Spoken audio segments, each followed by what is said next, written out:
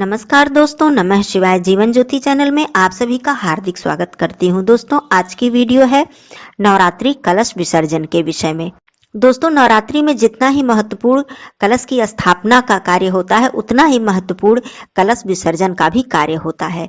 हमें बहुत ही विधि विधान से और नियम पूर्वक कलश का विसर्जन करना चाहिए, जिससे कि हमें हमारे व्रत और संपूर्ण पूजा का हमें फल प्राप्त हो सके। तो इस वीडियो में आप जानेंगे कि कलश का विसर्जन कैसे करें, अर्थात चौकी पर जितनी भी आपने सामग्री स्थापित की है, और सबसे जरूरी चीज कि कलश के ऊपर जो आपने नारियल स्थापित किया है उसका क्या करें। बहुत से लोग ऐसा कहते हैं कि उस नारियल को प्रसाद के रूप में हमें फोड़कर और सभी परिवार में वितरित करना चाहिए, ग्रहण करना चाहिए। बहुत से लोग कहते हैं नारियल को नहीं तोड़ना चाहिए, लेकिन क्या सही है क्या गलत है, आइए मैं इस वीडियो में बताती हूँ कि आपको कलश के ऊपर जो स्थापित नारियल है उसका क्या करना चाहिए, क्या नियम है। दूसरी चीज, जितनी भी सामग्री है, जैसे कि आपने जो अक्षत, पुष्प, पत्तियां और कलश में जो आपने हल्दी, सिक्का, सारी सामग्री डाली है और जो आपने चुंदरी बिछाई है, वो सारी चीजें, ज्वारे और जो अखंड ज्योति आपने जलाई है, सब कुछ आपको क्या करना है, कैसे विसर्जन करना है, क्या नियम है, शुरुआत से लेकर आखिरी तक पूरा नियम आप लोग जानेंगे। और किस तिथि में विसर्जन किया जाना चाहिए, इसका भी नियम आपको इस वीडियो में पता चलेगा। तो वीडियो में आप लोग बने रहिएगा, अंत तक सारी बातों को समझ लीजिएगा। चैनल पे पहली बार है तो चैनल को सब्सक्राइब कर लीजिएगा। वीडियो पसंद आता है तो इसे एक लाइक जरूर कीजिएगा। कमेंट बॉक्स में माता रानी का जयकारा जरूर लगाइएगा। आइए माता रानी की वंदना कर लेते हैं। जयंती मंगला काली, भद्रकाली कपालिनी, दुर्गा क्षमा शिवा धात्री, स्वाहा स्वधा नमोस्तुते।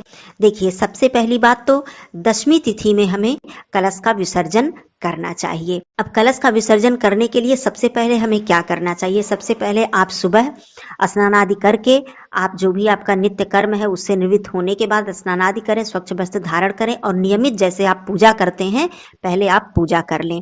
पूजा अर्चना करने के बाद आप भोग प्रसाद अर्पित कर लें, माता जी की आरती कर लें। सब कुछ करने के बाद अब आप विसर्जन का जो कार्य है उसे शुरू करेंगे। सबसे पहले कलश को थोड़ा सा हिलाने के बाद आप प्रणाम करते हुए कलश में स्थापित सभी देवी देवता से आग्रह करेंगे। हे कलश में स्थापित सभी देवी देवता, आपसे मैं आग्रह करती हूँ या करता हूँ कि अब आप अपने धाम को जाइए। माँ लक्ष्मी जी, श्री गणेश भगवान जी सदा सर्वदा के लिए हमारे घर में विराजमान रहें और आप लोग अपने धाम को जा सकते हैं। हमारा जो मांगलिक कार्य था वो संपन्न हुआ। आप हमें आशीर्वाद दीजिए, हम पर कृपा बनाए रखिए। जो भी हमें ज्ञान था, जो भी हमें बुद्धि थी, वो हमने किया, इसे स्वीकार कीजिए। फिर जब मैं आवाहन करूंगा या करूंगी तो मेरे आग्रह पे, मेरे आवाहन पे फिर आप मेरे घर में पधारिएगा। इस तरह से प्रणाम करके, इसका संस्कृत श्लोक भी है लेकिन मैंने हिंदी में बता दिया जिससे कि आप सभी लोग बोल सकें। तो इस तरह से बोलकर आप कलश को हिलाएंगे। उसके बाद आप नारियल को उठाकर धीरे से आप आंचल में, किसी भी बहन या बेटी के आंचल में, चुन्नी में उसको रखेंगे। उसके बाद आप कलश का जो जल है उसे पूरे घर में उसका छिड़काव करेंगे। जो जल बच जाता है उसे गमले या स्वच्छ किसी पौधे की जड़ में डाल देंगे, इधर उधर गंदे स्थान पे न जाने पाए। कलश में जो आपने सामग्री डाली है, जिसमें कि सिक्का, दूर्वा, लौंग, इलायची, हल्दी की गांठ, उसमें से आप सिक्का केवल निकाल लेंगे। उसे आप लाल कपड़े में बांधकर अपने पर्स या किसी तिजोरी में आप अपने घर में रख लेंगे। इससे धन में वृद्धि होती है और माँ लक्ष्मी जी की कृपा सदा बनी रहती है। उसके बाद जितने अक्षत हैं, जैसे कि हमने नवग्रह की स्थापना की है, अष्टदल कमल इत्यादि हमने बनाया है, उसको आप गौ माता को उस अक्षत को खिला सकते हैं या पक्षियों को भी डाल सकते हैं। उसके बाद जो चुंदरी आपने बिछाई है उस चुंदरी को आप साफ करके रख सकते हैं, दोबारा पूजा में प्रयोग में ला सकते हैं, इसमें कोई दिक्कत नहीं है। माता जी की जो मूर्ति है, प्रणाम करके शीश झुकाकर आप यथास्थान जहां अपने घर के मंदिर में रखते हैं या जहां भी आपने मूर्ति रखी है वहां पे आप उन्हें स्थापित कर दीजिए, रख दीजिए। उसके बाद आपने जो ज्वारे बोए हैं, ज्वारी की जो फसल उगी हुई है उसको भी तोड़कर आप किसी कपड़े में लपेटकर अपने तिजोरी में रख सकते हैं। बाकी जो फसल है उसे आप किसी धान या गेहूं के खेत में, जैसे जहां पे फसल उगी होती है, वहां भी डाल सकते हैं और किसी पौधे में भी डाल सकते हैं और विसर्जन भी कर सकते हैं। इस तरह से ज्वारे का आपने विसर्जन कर दिया और बाकी जितनी सामग्री जैसे आपने पुष्प इत्यादि अर्पित किया है, पत्तियां हैं, पुष्प हैं और जो आपने सूक्ष्म हवन प्रतिदिन किया है उसकी राख है, वो सारी चीजें आपको विसर्जन करनी होती हैं। बहुत ही श्रद्धा से, बहुत ही प्रेम से किसी लाल कपड़े में लपेट कर, बांध कर, बहुत ही श्रद्धा से शीश झुकाकर आपको बहते जल में उसका विसर्जन करना होता है। अब बात करती हूँ कि कलश में जो आपने कलावा लपेटा है, कलावा बांधा है, उसे आप उठाकर आप अपने पास रख सकते हैं, अपने पर्स में रख सकते हैं उसे। वो कलावा भी बहुत ही शुभ और श्रेष्ठ फल को देने वाला होता है। कलावा को आप रख लें, उसको विसर्जन करने की आवश्यकता नहीं है। या फिर उस कलावा को अपने हाथों में आप बांध लीजिए। पुरुष हैं तो दाहिने हाथ में, महिला है तो बाएं हाथ में उस कलावा को आप बांध सकते हैं। या फिर आपके बच्चे हैं, अपने बच्चे के हाथ में भी उस कलावा को आप बांध सकते हैं। आप ये सारे कार्य करते समय आप माता जी की स्तुति करते रहे, माता जी के मंत्र बोलते रहे, या फिर माता जी से ये प्रार्थना करते रहे कि हे माता रानी, मुझे जो भी ज्ञान था, मेरे पास अल्प ज्ञान है, मेरे पास बुद्धि नहीं है, ज्ञान नहीं है, जो भी मुझसे हो सका इन 9 दिनों में मैंने आपके चरणों में जो कुछ भी अर्पित किया, आप उसे स्वीकार करें। मेरे कुल परिवार, मेरे पूरे कुटुंब को, मेरे संतान को आशीर्वाद दें। मुझसे जो भी त्रुटि हुई है अपना संतान समझकर मुझे क्षमा करें। इस तरह से आप अपने मन में भाव रखकर माता जी से प्रार्थना करते रहें, बोलते रहें और ये विसर्जन का कार्य करते रहें। अब आपने पूरी सामग्री को एक किसी पात्र में या लाल कपड़े में बांध दिया। अब बात आती है नारियल की, जो कि सबसे मुख्य होता है और इस विषय में बहुत ही ज्यादा दुविधा होती है। बहुत से लोग उसे प्रसाद के रूप में ग्रहण करते हैं, बहुत से लोग कहते हैं विसर्जन कर देना चाहिए, बहुत से लोग कहते हैं रख देना चाहिए। देखिए, 2 चीजें हैं। पहली बात तो मैं बता दूं और उसका कारण भी बताऊंगी कि प्रसाद के रूप में आपको ग्रहण नहीं करना चाहिए, अर्थात नारियल को नहीं तोड़ना चाहिए। क्यों नहीं तोड़ना चाहिए, इसका कारण भी आप लोग जान लीजिए कि आपने जो नारियल की स्थापना की है, इसे माँ लक्ष्मी के स्वरूप में आपने स्थापित किया है। आपने प्रसाद के रूप में अर्पित नहीं किया है उसे।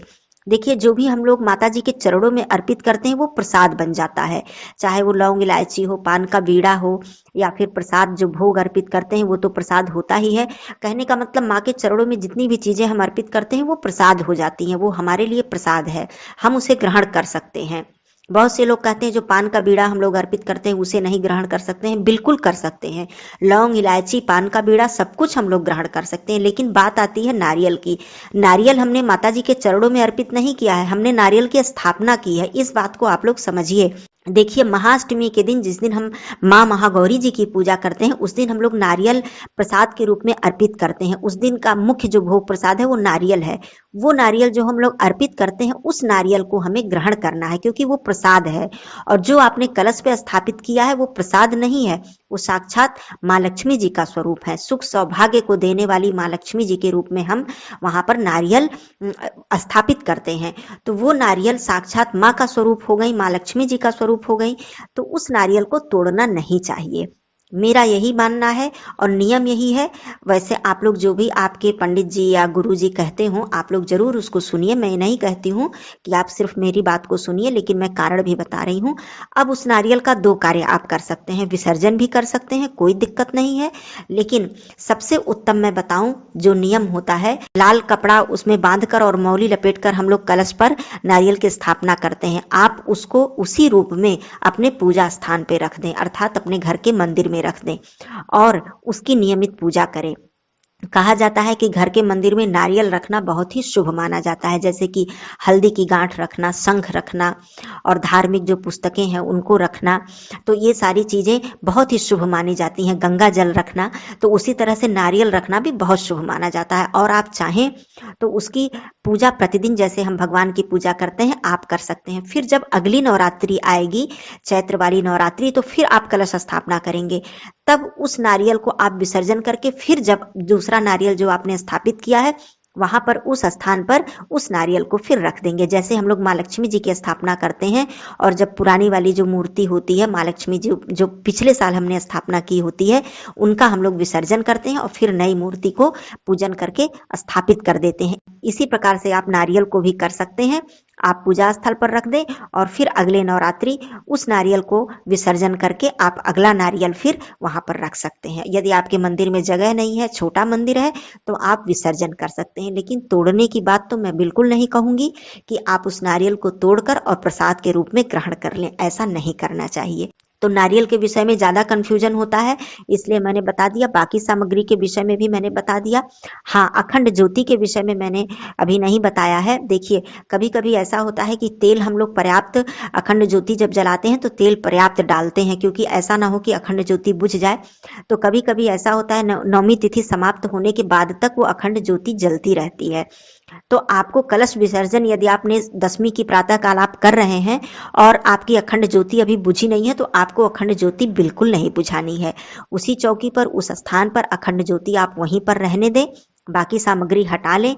जो चौकी पे आपने वस्त्र बिछाया है, मान लीजिए उसके ऊपर अखंड ज्योति है, तो वस्त्र रहने दें और बाकी चीजें आप हटा लें, एक कपड़े में लपेट कर बांध दें और जब तक ज्योति आपकी जलती है तब तक जलती रहने दें।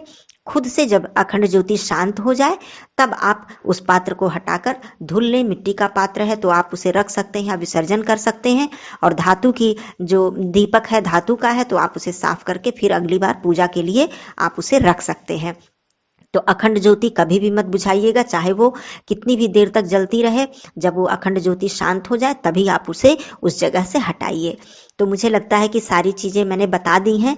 जितनी भी सामग्री की स्थापना आपने की थी सब इसी तरह से आप लोग कर लीजिएगा, और माता रानी की कृपा आपके परिवार पर, आप पर सदा सर्वदा बनी रहे, ऐसी कामना करती हूँ। फिर भी विसर्जन के विषय में कोई भी बात रह गई हो, आपको कोई भी प्रश्न पूछना हो तो आप लोग बिल्कुल पूछ सकते हैं। आप लोगों का स्वागत है। फिर मिलती हूँ अगले वीडियो में, तब तक के लिए धन्यवाद। नमः शिवाय। हर हर महादेव।